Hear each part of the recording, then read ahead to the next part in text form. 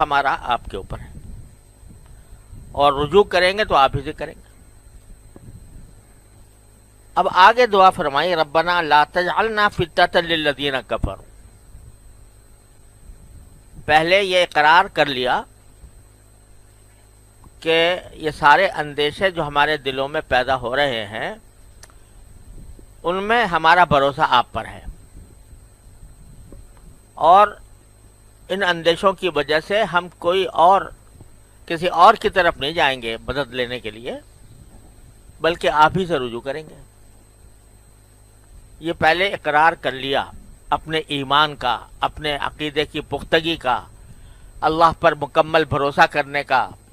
اس کی طرف رجوع کرنے کا۔ اس کے بعد مانگا کہ ربنا لا تجعلنا فتنة للذین کفروا،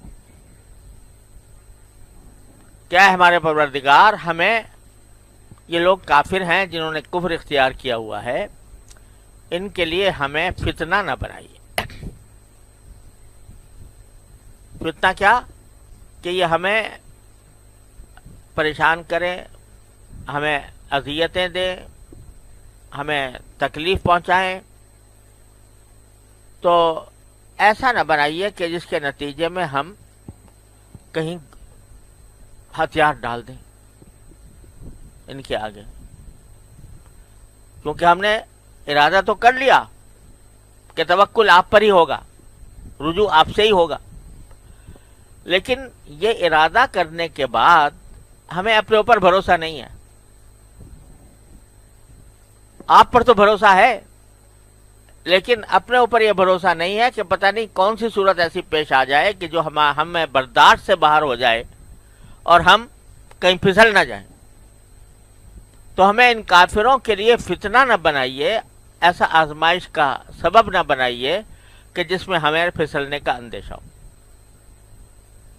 ہم نے اقرار بھی کر لے، اعتراف بھی کر لے، اور یہ ارادہ بھی ظاہر کر دے کہ میں آج سے یہ کام نہیں کروں گا۔ مثلا توبہ ہے، توبہ کی شرائط کیا ہے؟ توبہ کہ آئندہ نہیں کروں، فوری طور سے گناہ کا چھوڑ دینا، ندامت، ماضی پر ندامت، اور آئندہ مستقبل کے لیے عزم پکا کہ نہیں جاؤں گا، اس گناہ کے پاس نہیں جاؤں گا۔ اب جب بندہ یہ عزم کر لیتا ہے توبہ کے وقت میں، تو پھر بندگی کا تقاضا یہ ہے کہ ساتھ ہی وہ پروردگار کو پکارے، یعنی یا اللہ میں نے کر تو لیا، میں نادم بھی ہوں، فوری وقت چھوڑ بھی دیا، آئندہ کے لیے ارادہ بھی کر لیا کہ نہیں کرو، قریب نہیں جاؤں گا، لیکن اس ارادے میں مجھے اپنے اس ارادے پر بھروسہ نہیں ہے، پتہ نہیں یہ ارادے پر قائم رہ سکوں گا یا نہیں رہ سکوں گا، تو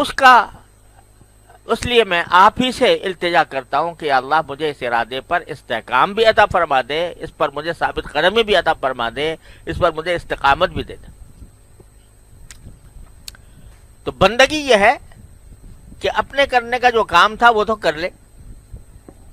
اور پھر اللہ تبارک و تعالیٰ سے مانگے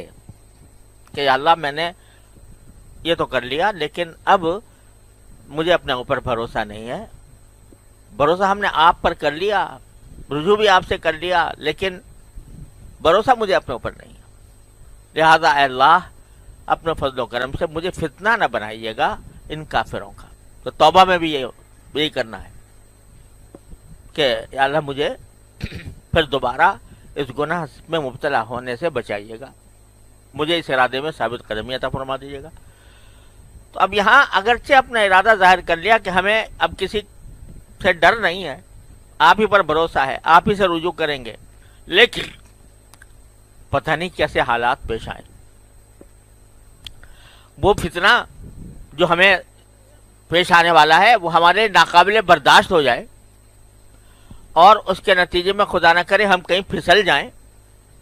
تو ربنا لا تجعلنا فتنة للذین کفروا، اے اللہ پھر آپ ہی ایسا کیجئے کہ ہمیں کافروں کے لیے فتنہ نہ بنائیے۔ فتنہ کے معنی ہے